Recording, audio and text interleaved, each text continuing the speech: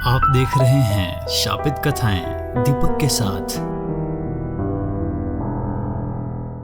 आगरा के प्रसिद्ध सेंट मेरी कॉलेज के प्रशासनिक मीटिंग हॉल में एक महत्वपूर्ण मीटिंग जारी थी। हमारे पास कोई चारा नहीं है। इस बार विश्वविद्यालय की तरफ से कॉलेज को 100 सीटें अतिरिक्त दी गई हैं। आप सभी जानते हैं कि हमारे वर्तमान संचालित हॉस्टल की क्षमता इतनी नहीं है, इसलिए हमें अपना पुराना बंद पड़ा हॉस्टल फिर से चालू करना ही पड़ेगा। कॉलेज के प्रबंधक पुरुषोत्तम दास ने सभी सदस्यों के सामने अपना फैसला सुनाते हुए मीटिंग खत्म की। हॉल के बाहर आते ही कॉलेज प्राचार्य दुबे जी उनके पीछे दौड़ते आते हैं और कहते हैं, सर, उस हॉस्टल को फिर से खोलना बहुत बड़ा खतरा है। एक बार फिर से विचार कर लीजिए आप। दुबे जी, प्लीज, उस घटना को 6 साल हो चुके हैं और इस बारे में सारे स्टाफ में से सिर्फ आपको ही पता है, तो कृपया आप जिक्र मत कीजिए इसका। कल से एडमिशन शुरू हो रहे हैं। हमारे पास इतना समय भी नहीं है कि नए हॉस्टल की व्यवस्था कर सकें। अपनी असमर्थता जाहिर करते हुए प्रबंधक महोदय तो चले गए, पर दुबे जी के चेहरे पर चिंता की लकीरों के साथ एक अनजान सा डर साफ दिखाई दे रहा था। कॉलेज में नए सत्र की शुरुआत हो चुकी थी। 12वीं के बाद अपनी आंखों में कुछ बनने के सपने लेकर आगरा एवं अन्य छोटे शहरों से बच्चे कॉलेज में एडमिशन ले चुके थे। राज, अमन, सैम और लक्ष्य की दोस्ती भी कॉलेज के पहले दिन ही हो गई थी। कारण था कि एक ही क्लास के एक ही सेक्शन में होना और सी ब्लॉक वाला आर्यभट्ट हॉस्टल। मतलब ये चारों उन 40 लड़कों में शामिल थे जिनको एक ही हॉस्टल में रहने की व्यवस्था कॉलेज प्रशासन की तरफ से की गई थी। कई एकड़ के कॉलेज कैंपस में बने सभी गर्ल्स और बॉयज हॉस्टल की बिल्डिंग से नाम महान भारतीयों के नाम पर थे, जैसे कौटिल्य, पाणिनि, धन्वंतरी, आर्यभट्ट आदि। इन सब में पिछले 6 वर्षों से बंद पड़ा 3 मंजिला आर्यभट्ट कैंपस के बाहरी छोर के पास था। मतलब सबसे अलग। हॉस्टल की दूसरी मंजिल पर राज और लक्ष्य एक कमरे में साथ रहते थे, तो उसी के बगल वाले कमरे में सैम और अमन, 50 वर्ष के हट्टे कट्टे, लहराती काली घनी मूछों वाले अर्धवृद्ध गिरधारी लाल जी को हॉस्टल के गार्ड और वार्डन दोनों की ही जिम्मेदारी सौंपी गई थी, जो कि फौज से रिटायर थे एवं उन्हें स्पेशल तौर से आर्यभट्ट के लिए ही नियुक्त किया गया था। स्वयं अनुशासित रहने वाले गिरधारी लाल सुबह उठने से लेकर रात को सोने तक सभी छात्रों से हॉस्टल में अनुशासन का पूर्ण पालन करवाते थे। गिरधारी लाल जी को कुत्तों से बड़ा लगाव था। बाहर घूमते आवारा कुत्तों के खाने का प्रबंध भी वो स्वयं ही करते थे। यही वजह थी कि कुछ आवारा कुत्ते उनके पालतू हो चुके थे और हॉस्टल में अक्सर आ जाया करते थे। स्कूल की कैद से कॉलेज की खुली दुनिया में अभी अभी आए बच्चे बहुत खुश थे। शुरू में कुछ दिन ठीक चला, फिर एक दिन हॉस्टल का एक छात्र सैंडी छत से चीखता हुआ नीचे आया। वो काफ़ी डरा हुआ था। जब सब ने कारण पूछा तो उसने अपनी आप बीती बतानी शुरू की। वो छत पर अकेले घूमते हुए कानों में ईयरफोन लगाए गाने सुन रहा था। तभी उसे लगा कि गानों के बीचों बीच किसी लड़के ने उसका नाम लेकर पुकारा हो, सैंडी। पहले 2-3 बार तो उसे लगा कि शायद ये वहम हो। फिर जब बार बार ऐसा हो रहा था तो ईयरफोन निकालकर चारों ओर देखा तो कोई नहीं था। छत पर रखी पानी की टंकी के पास कुछ हिलता दिखा तो उसने सोचा कि हॉस्टल के दोस्तों में से कोई मजाक कर रहा होगा। वो टंकी के पास पहुंचकर चारों ओर चक्कर लगाकर देखा। पीछे से किसी ने कंधे पर थपथपाया। वो पीछे मुड़ा तो पीछे कोई भी नहीं था। बस वो डर गया। सारे दिन हॉरर मूवीज देखेगा तो ऐसा ही होगा ना, अमन ने दांत निकालते हुए कहा। और क्या भाई, तेरे दिमाग में बस वही सब भरा रहता है ना, इसलिए ऐसा महसूस हुआ तुमको, समझा? ये सब कम कर दे यार, मूवीज वगैरह। सैम ने भी समझाया। जब वहाँ मौजूद ज़्यादातर छात्रों ने भी इस घटना के पीछे यही वजह बताई तो सैंडी ने भी विश्वास कर लिया कि ये उसके दिमाग का वहम ही था और ये बात वार्डन तक बिना पहुँचे ही दब गई। 2 दिन बाद रात के 12:30 बजे लक्ष्य टेबल लैंप की रोशनी में किताबों में खोया था और राज सो चुका था। हल्की सर्दी के इस मौसम में भी बाहर तेज बारिश हो रही थी। तेज हवा से कमरे की खिड़की पर लगा पर्दा उड़ने की आवाज से लक्ष्य का ध्यान भंग हुआ। किताबों पर गड़ी उसकी नजरें खिड़की की ओर चली गई। एक साया हल्की रोशनी में बाहर बालकनी में नजर आया, जो हाथ से कुछ इशारा लक्ष्य की ओर कर रहा था। शायद लक्ष्य को अपनी ओर बुला रहा था। लक्ष्य बिना डरे दरवाजा खोलकर बाहर आया तो देखा लंबी सी बालकनी में सन्नाटा पसरा था। दूर दूर तक कोई भी नहीं था। बगल वाले अमन और सैम के कमरे की खिड़की से झांक कर देखा तो उनके कमरे की लाइट ऑन थी और दोनों ही गहरी नींद में सो रहे थे। अचानक से उसे अपने ठीक पीछे किसी के खड़े होने का एहसास हुआ। वो तेजी से पलटा तो वहाँ कोई भी नहीं था। थोड़ा सा डरा हुआ लक्ष्य अपने कमरे में वापस आ गया। दरवाज़ा बंद करके जैसे ही वो वापस घुमा, अचानक से बाहर तेज बिजली चमकी, जिसकी खिड़की से आई रोशनी में उसे ठीक सटा हुआ एक भयानक चेहरे वाला कोई शख्स नजर आया और लक्ष्य के पलक झपकते ही गायब हो गया। सफ़ेद पुतलियों वाली आंखें, चेहरे पर खतरनाक मुस्कुराहट, माथे पर चोट के बहुत सारे निशान, मोटे व भद्दे होठों से बाहर झांकते हुए 2 नुकीले दांत और उन दांतों में लगा हुआ सुर्ख लाल रक्त। 2 सेकंड में ही उसका चेहरा लक्ष्य के दिलो दिमाग में उतर गया और यही 2 सेकंड किसी के भी होश उड़ाने के लिए काफ़ी थे।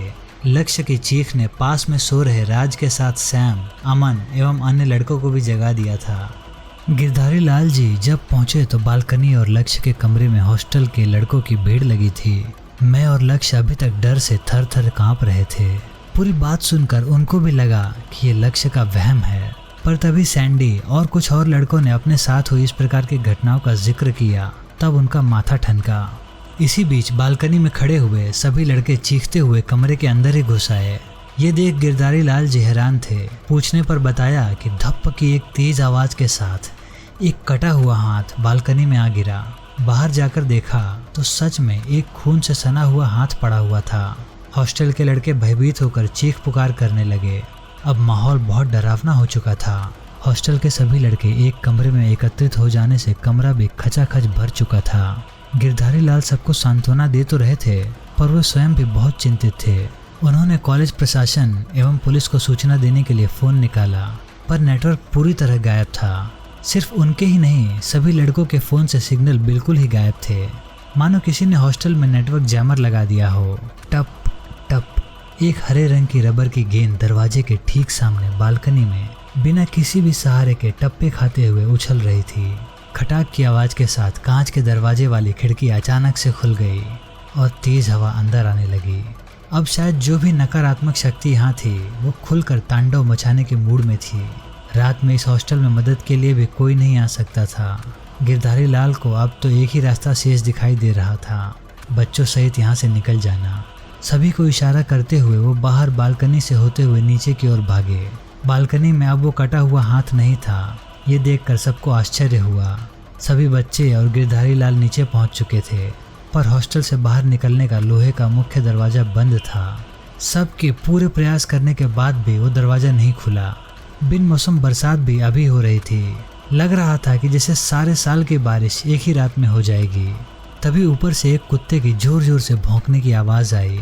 शायद कोई कुत्ता ऊपर ही रह गया था, पर अगले ही पल यह आवाज़ जोर जोर से चिल्लाने में बदल गई, जैसे उस कुत्ते को किसी के द्वारा मारा जा रहा हो। गिरधारी लाल बच्चों की सुरक्षा के लिए अपनी 2 नाली बंदूक साथ लेकर उनकी ढाल बनकर खड़े हो गए थे, पर वो भी जानते थे कि अगर आत्माओं से निपटना है तो हथियारों के बस की बात नहीं है ये।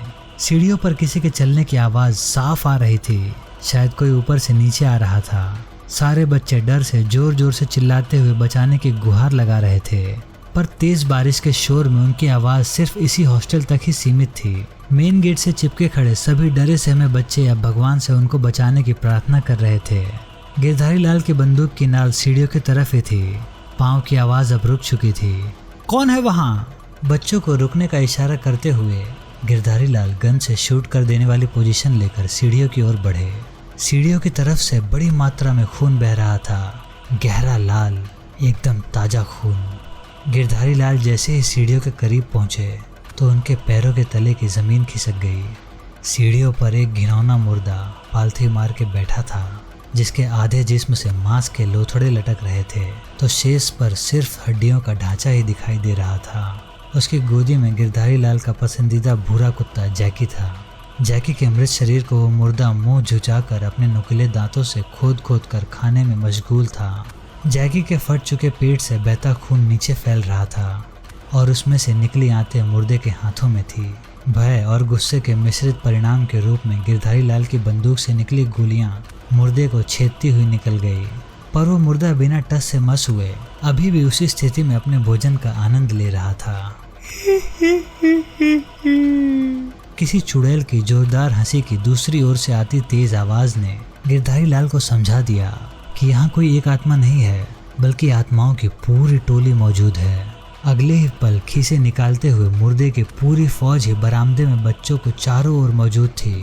ठहाकों की तेज आवाज निकाल निकाल कर वो सभी मुर्दे बच्चों को अपना भोजन समझ रहे थे। आधे से ज्यादा बच्चे डर से बेहोश हो चुके थे, पर तभी तेज आवाज में ओम एम हीम श्रीम श्रा होम ओम नमो भगवते की आवाज से हॉस्टल गूंज उठा।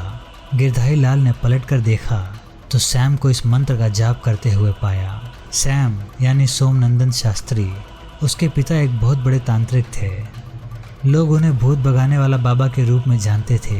पिता के साथ रहते हुए थोड़ी बहुत विद्या सैम ने भी सीख ली थी, पर साथियों द्वारा मजाक न उड़ाया जाए इसलिए कभी उसने हॉस्टल या कॉलेज में इस बात का जिक्र नहीं किया था। सैम मुर्दों के बीच खड़ा बिना डरे हुए आंखें बंद किए मंत्रों का जाप कर रहा था और मुर्दे बिना पानी की मछली की तरह चीखते हुए छटपटा रहे थे। थोड़ी देर में सभी मुर्दे गायब हो चुके थे। सब कुछ पहले जैसा हो चुका था, बस सिर्फ जैकी पहले जैसा नहीं हुआ। उसकी खून से सनी लाश सामने पड़ी थी। लोहे का बंद गेट खुल चुका था। सबसे ज्यादा अचंभा तो तब हुआ कि बाहर इतनी बारिश होने के बावजूद भी एक बूंद पानी नहीं था। मतलब सब कुछ एक मायाजाल था। सैम और उसके दोस्तों ने बेहोश हुए सभी साथियों पर पानी छिड़का, जिससे वो होश में आ गए। ठीक आधे घंटे बाद रात के 3 बजे गिरधारी लाल और सभी बच्चे कॉलेज कैंपस में स्थित प्रिंसिपल दुबे जी के आवास पर थे। आंखें मलते हुए दुबे जी ने दरवाजा खोला तो गिरधारी लाल की बंदूक को अपने सीने पर पाया। फिर इस भूतिया आर्यभट्ट हॉस्टल की कहानी का विस्तार से पता चला। 8 साल पहले छोटे से सेंट मेरी कॉलेज का विस्तार किया जा रहा था। आसपास पड़ी सरकारी जमीन को प्रबंधक पुरुषोत्तम दास द्वारा कुछ भ्रष्ट अधिकारियों के साथ मिलकर कौड़ियों के दाम पर कॉलेज ट्रस्ट के नाम खरीद लिया था। जिस जगह आर्यभट्ट हॉस्टल है उस जगह एक प्राचीन कब्रिस्तान हुआ करता था। मुगल काल के दौरान आगरा सल्तनत में मौत की सजा पाए कैदियों को यहीं दफनाया जाता था। 6 साल पहले इसकी शुरुआत हुई।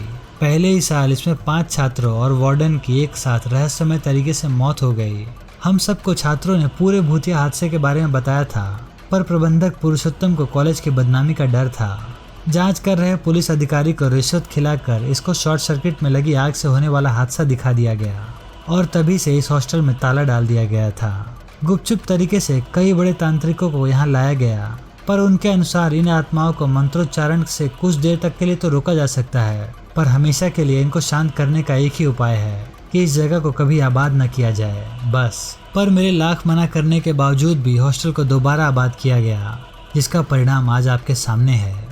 गुस्साए हुए गिरधारी लाल एवं सभी छात्र प्रिंसिपल दुबे जी को लेकर सुबह सुबह प्रबंधक पुरुषोत्तम दास के यहाँ पहुँचे, पर यहाँ पहले से ही काफी भीड़ थी। पता चला कि प्रबंधक महोदय की आज रात ही रहस्यमय परिस्थितियों में मौत हो गई। उनकी लाश छत से लटकती हुई पाई गई।